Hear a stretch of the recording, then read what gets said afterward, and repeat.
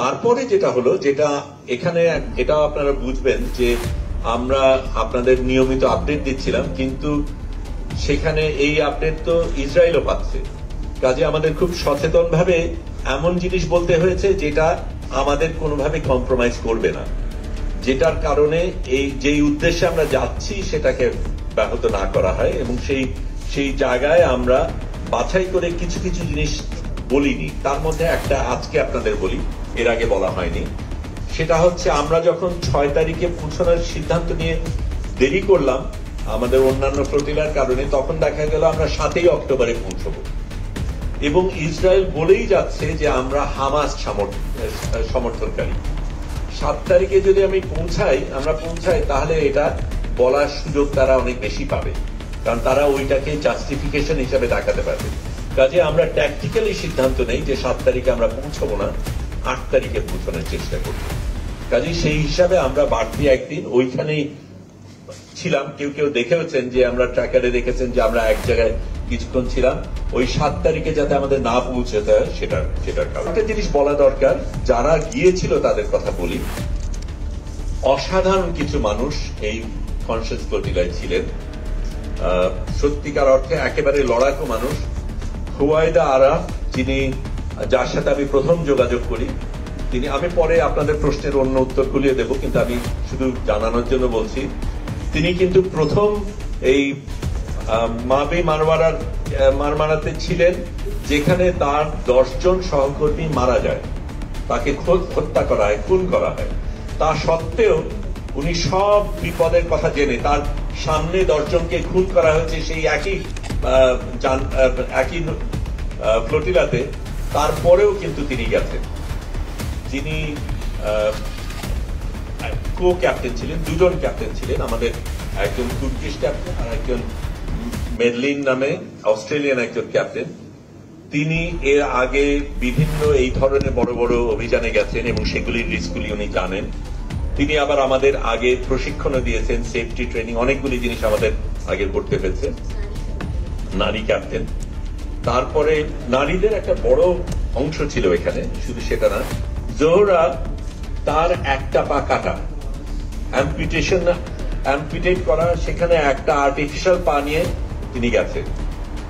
84 বছরের একজন নারী, প্রেসিডেন্ট ম্যাক্রোর খুব ঘনিষ্ঠ ব্যক্তি, তিনি গেছেন এবং নৌকার থেকে লাইভ ব্রডকাস্ট করে ম্যাক্রোকে প্রশ্ন করেছেন, কেন তুমি এই জিনিস হতে দিচ্ছ। এই ধরনের অসাধারণ কিছু কিছু ব্যক্তি গিয়েছেন এই অভিযানে, কিন্তু যারা যাননি সেটার কথা বলা দরকার। কারণ আমরা মিডিয়ার জন্য করেছিলাম, মিডিয়া এবং স্বাস্থ্যকর্মীদের জন্য। মেইন স্ট্রিম মিডিয়ার একটা ব্যক্তি যায়নি, কোনো একটা ব্যক্তি কোনো মেইন স্ট্রিম মিডিয়ার থেকে এখানে যায়নি। সেই রিস্ক তারা নেয়নি। ব্যক্তিগত রিস্ক বলবো না রাজনৈতিক রিস্ক, সেটার মধ্যে আমি গেলাম না, কিন্তু একটা মেইন স্ট্রিম মিডিয়ার কোনো উপস্থিতি ছিল না, এটা আমাদের মাথায় রাখতে হবে। এবং মেইন স্ট্রিম মিডিয়া কি ভয়াবহ ভূমিকা রেখেছে এই যুদ্ধে, এই লড়াইয়ে, এই জেনোসাইডে, সেটা আমাদের মনে রাখতে হবে। আমি তার বেশি একটানা বলবো না, আপনাদের অনেক প্রশ্ন নিশ্চয়ই আছে, প্রশ্নের মধ্যে হয়তো কিছু জিনিস আসবে, তার বাইরে যদি হয়। শুধু শেষের জায়গাটা বলি যে আমি ব্রডকাস্ট, আমরা কিন্তু তার আগে সারাক্ষণ মোহরা দিয়েছি, ধরলে কি হবে, কে কি করবে, কার ভূমিকা কি, একে আক্রমণ করলে অন্যজন কি করবে, একজনকে যদি খুন করা হয় বা আক্রমণ করা হয় তাহলে আরেকজন কিভাবে আসবে, একেবারে মিলিটারি কায়দায় আমরা পুরো যাত্রা সহ আমরা এই জিনিস করেছি। দিনে রাতে সাইরেন বেজেছে, সবাই এক জায়গায় গিয়েছি, সেই এক্সারসাইজ গুলির ভেতর দিয়ে গিয়েছি। কিন্তু এক্সারসাইজ একটা জিনিস, আসল ঘটনা ভিন্ন জিনিস। আমাদের চলার সময় একটা সময় ঠিক করা হলো আমি হব ফ্লোটিলার অফিসিয়াল ফটোগ্রাফার। এমনিতে আমাদের কাজ, কারণ এই ফ্লোটিলাটা একটু বলে রাখি, এটা কিন্তু স্বাভাবিক জাহাজ না। কারণ স্বাভাবিক জাহাজ যাত্রী নেওয়ার জন্য দিনের পর দিন যে জাহাজ যায় তাকে সেখানে শোবার ব্যবস্থা থাকে, অন্যান্য জিনিস থাকে। এটা একটা 72 সনে নির্মিত পুরনো একটা জাহাজ, যেটা ছোট ছোট যাত্রার জন্য তৈরি, ফেরির মতন একটা বসার জায়গা আছে, শোবার জায়গা শুধু যারা ক্রু তাদের জন্য আছে। হঠাৎ করে প্রায় 100 জন মানুষ এখানে এসছে, আমাদের কারো শোবার জায়গায় নাই। শৌচাগার নেই, পানির ব্যবস্থা নেই।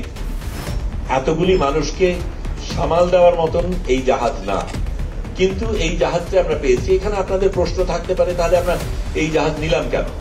প্রথম জিনিসটা হচ্ছে, আপনি ভাবেন কোন ক্যাপ্টেন বা কোন মালিক, জাহাজের মালিক তার জাহাজটা দিয়ে দেবে যদি সে জানে যে এই জাহাজটা গাজাতে যাচ্ছে, ইসরায়েলি আক্রমণ হওয়ার সম্ভাবনা রয়েছে এবং এর আগের গুলিকে সবগুলিকে ধ্বংস করা হয়েছে।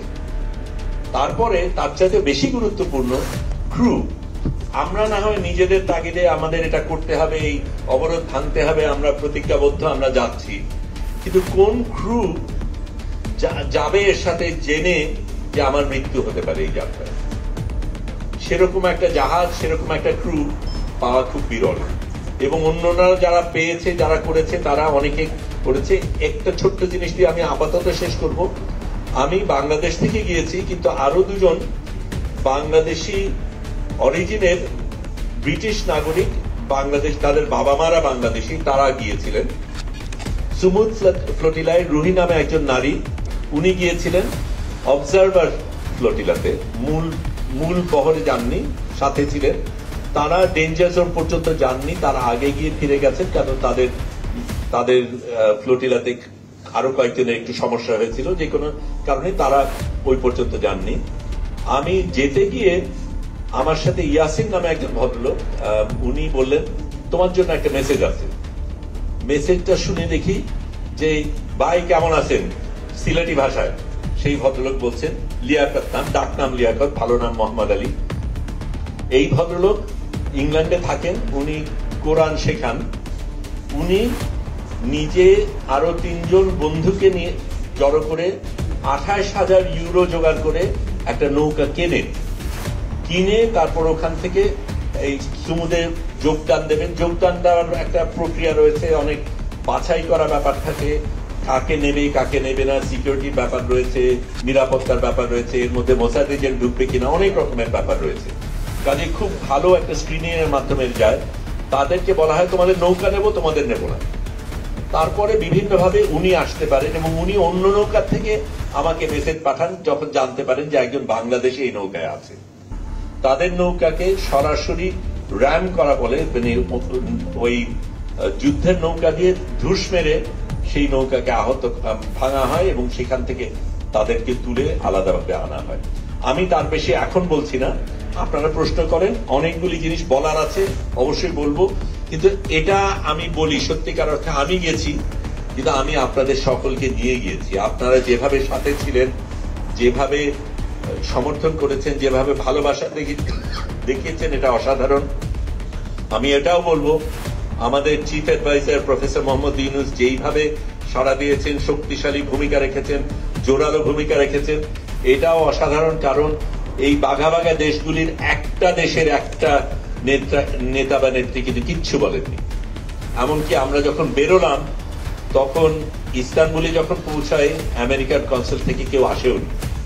তখন আমাদের কনসুলের মাধ্যমে তাদের পরিবারকে ফোন করে যোগাযোগের ব্যবস্থা আমরা করেছি। কাজেই সেটা একটা অসাধারণ জিনিস ছিল।